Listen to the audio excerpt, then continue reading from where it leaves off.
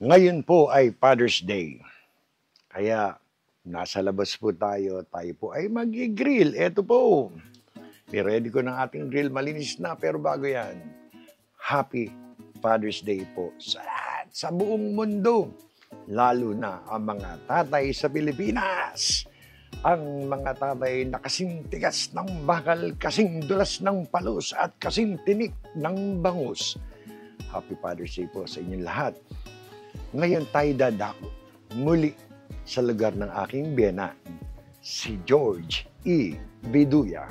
Sa Agoo La Union, meron silang isang pamoso na putahin. Napakasarap, napakasimpleng lutuin, napakamura, very healthy.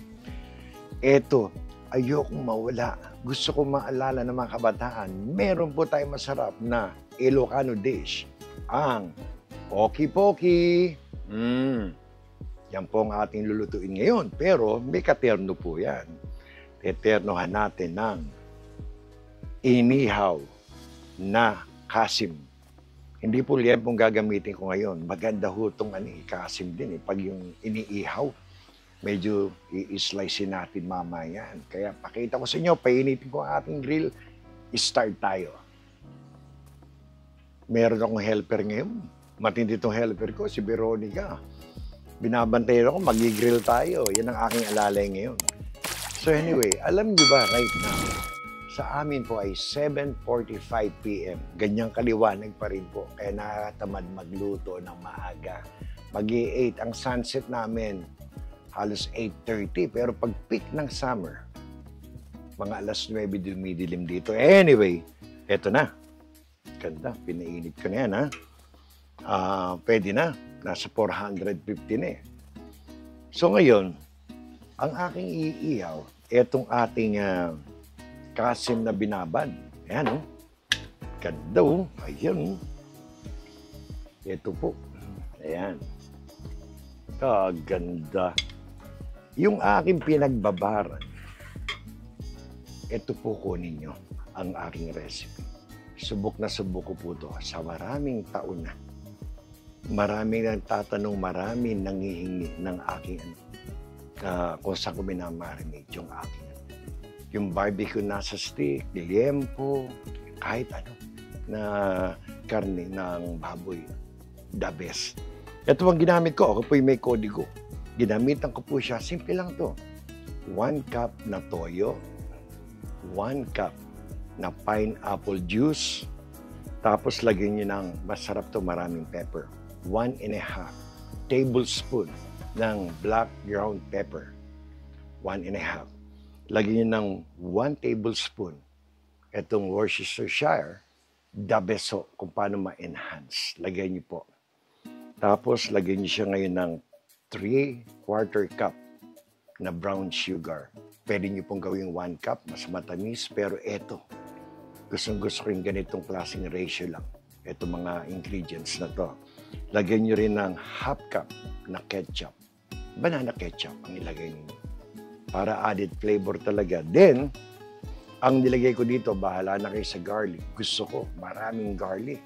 Ang nilagay ko dito ay 1 cup na garlic na pinitpit ko. Then, minarinate ko to. Na binabad ko ng 6 hours. Kaya ready for grilling na to. Kaya pakita ko sa inyo. Gantong kalaki ang ating naku, ganda nito. Yan oh. Natunog, natunog.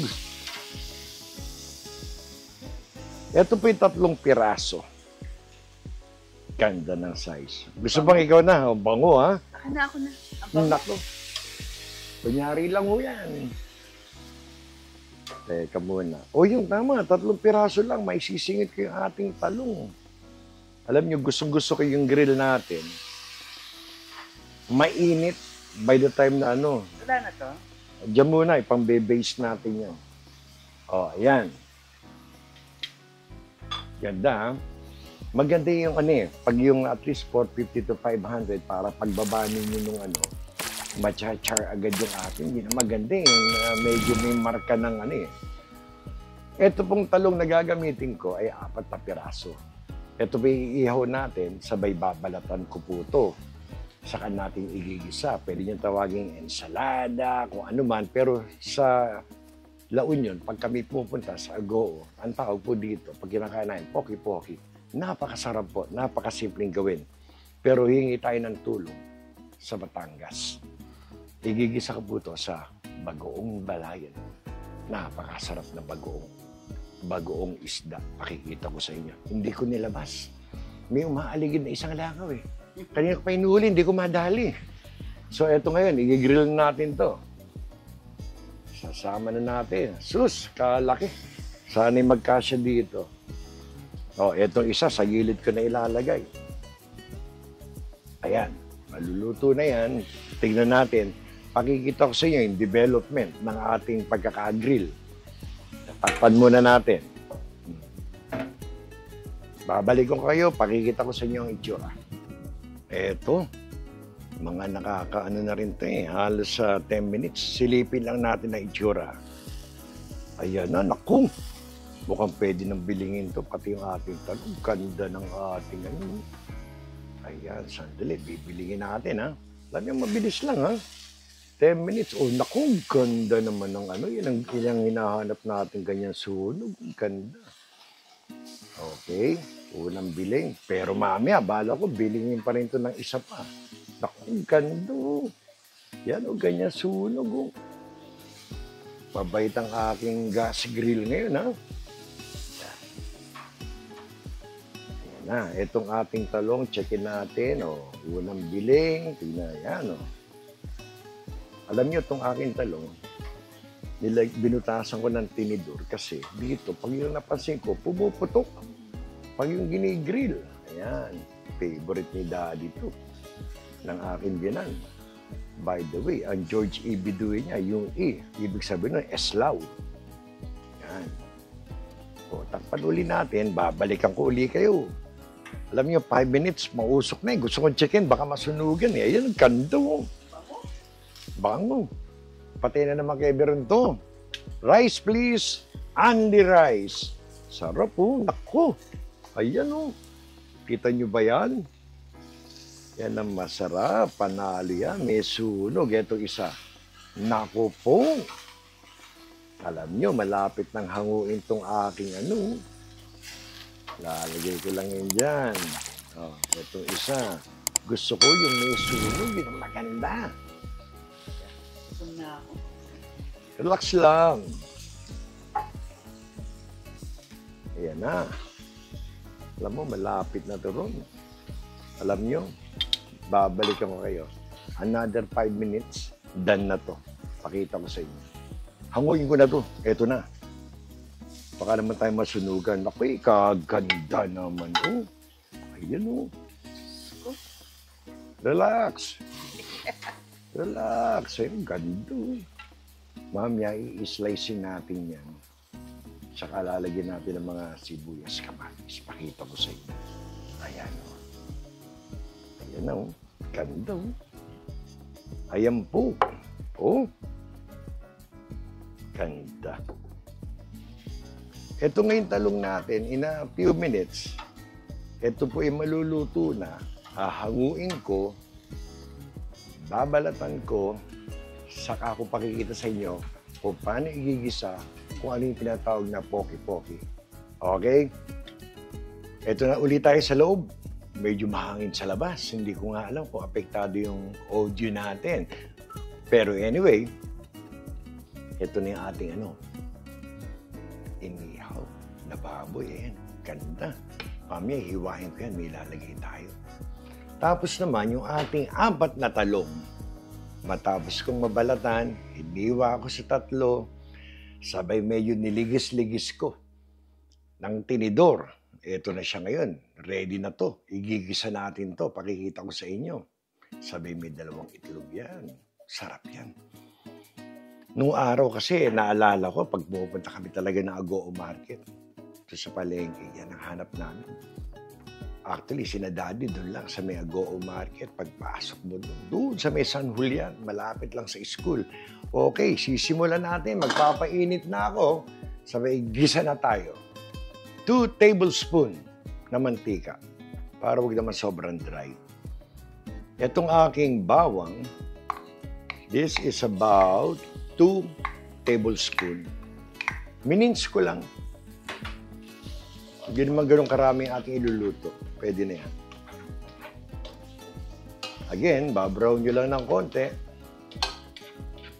Ayan. Pag medyo golden brown na yan, susunod natin dyan ang sibuyas natin. Ayan na.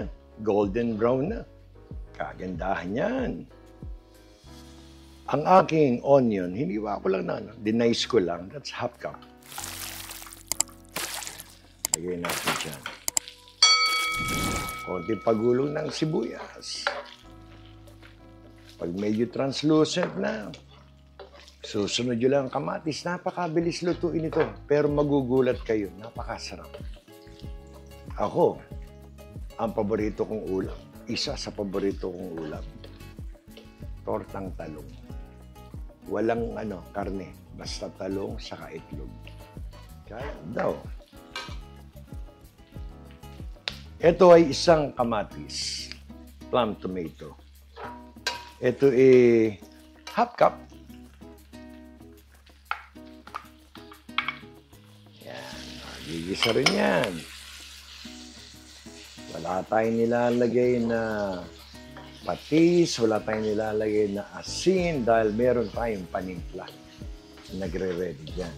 Okay. Medyo igisa-gisa nyo lang, pagulungin nyo. Pag medyo yung inyong kamatis medyo lumalabsak na at pwede na ligisin, saka natin ilalagay yung ating paalat. Ito na. Ligis na ang aking kamatis. Ang ganda ng aking gisa. Ayan. Ngayon, pwede yung gamitan ng patis, pwede yung gamitan ng asin. Kaso ang mga nakikita ko, sa aking binan, gumagamit sila ng tulong mula sa Batangas. Ito po ay bagoong balayan. Ito po ay quarter cup. Kung ayaw nyo baka mapaalat, madali magdagdag ng asin later on habang kumakain, pwede nyo bawasan. Okay, sa akin, swak lang ho to. Wala na akong ibang pampaalat kasi. Igisa natin. Ayan, ginisa. Bango. Bango ng aking bagoong isda. Diyos ko. Ano natin para mawala yung lansa? Itong aking bagoong, kahit na siya maganda na yung texture niya, in-strain ko pa to nang ibinuhos ko dun sa para kung ano man yung mga impurities pa madali natin. Yan, gando. Okay. Ang isusunod natin ngayon dito ay eto lang. Konting pepper, black pepper. Siguro lalagyan ko lang to sa ganitong karaming lulutuin ko. Kahit mga masarap, mga 1 teaspoon lang. Yan na. 1 teaspoon. Para may konting kagat. Halo lang uli. Alam nyo, ganito na to. Bango ng bagoong. Imbis na patis, imbis na asin, yan ang aking nilagay. Tatalab mamaya sa itlog yan. May itlog to. Ayan na. Ganda na. Ito na yung ating 4 na talong. Igigisa ko na to. Ililigis ko na to dito. Ilagay natin. Again, control lang kayo dun sa bagoong. Minsan, may bagoong na maalat. May bagoong na hindi ganun kaalat. So, pwedeng hati muna. Itong aking bagoong, medyo kabisado ko na to. Medyo konting pagulong pa. Para medyo magisa pa yung ating talong at kumalo pa yung lasa. Ito, pwede nyo habang kinakain, pinipiga ng kalamansi. Inuunahan ko rin ng konti, wala akong kalamansi, lemon, para konting acidity. Lalagyan natin. Okay, parang lang yan, 1 teaspoon. Balik natin si lemon. Alam nyo, marami tayong supply nyo. Konting halo, lalagyan na natin yung itlog. Dakong ganda mo. Gusto ko yan. Medyo naninikit sa ilalim mo. Okay. 2 katamtamang itlog. Binit ko siya ng uso ngayon. Hindi katulad dun sa soup na medyo-medyo lang. Ito, medyo well-beaten siya. Buhos nyo lang. Yan, 2 itlog sa 4 na talong. Saka nyo ngayon, medyo haluin. Ayan, no?